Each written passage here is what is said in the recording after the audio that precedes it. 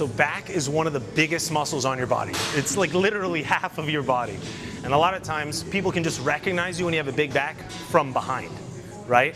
But when you really want to look at the back, you want to be kind of like a Picasso for your back. You're drawing your back. So it's like, well, what do you want to grow? You want to have big upper back. You want to have thick lats. You want to got that like V taper. So when it comes to any back exercise, the classic pull down, right? I'm not going to tell you what's right and what's wrong. I'm just going to walk you guys through the differences.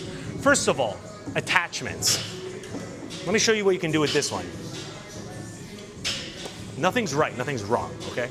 Just want to teach you guys. You want to get this so it holds you down. You want to find this nice sweet spot. Yeah, I'm locked in place. Next thing you want is this.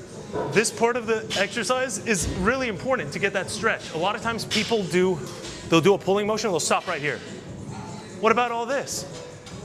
That's part of the stretch, right? So you want to give yourself more of a runway of a squeeze, because the muscle is about lengthening it and shortening it.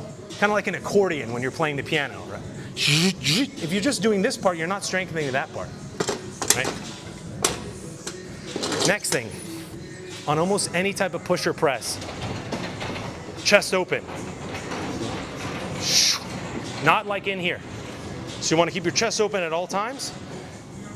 Reach, stretch. And now you pull down. But what direction do you pull? Right? You can pull out here. You can pull down here, right? And as you make those little adjustments with where your elbows go, to your hips, to your side, you'll notice that there's going to be a different sensation because there's different parts of the back. There's the upper back, there's the lats. Let me show you what the lats look like. It's always a elbow to hip type motion. That's a real nice squeeze on the lats. And you might think, well, why are you reaching back? Well, I'm getting more of a stretch here, and then as I go back, dude, that's such a killer. And remember, I don't care what the weight is. I do not care. I'd much rather you grow your lats than lift 300 pounds. Okay, now, if you were to do the same thing and you flare your elbows out, there's not as much tension on the lats. I almost don't even feel it anymore. Now, we're working more of the upper back and the middle back. So,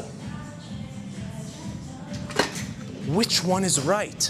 None of them are right. It comes down to what's the dream body you want to have, what is the lagging muscle that you're trying to grow, and from there, focus on the elbow positioning in the right place. There you go. Oh, last part, attachments. You could use the single arm attachment to get a little more isolation. You can grab someone like this, and you can get a little more width, right?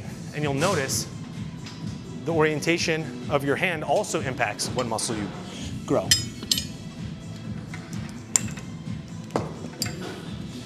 And when you get really good at this, you can start to freestyle on the fly. So put that in, put this in. Now this is less of a lower lat exercise, this is more of a back exercise. Touch the sternum, pull down.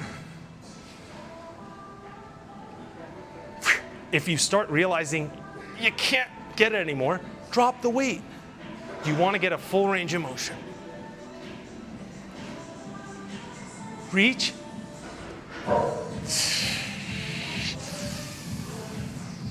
Reach, stretch, squeeze.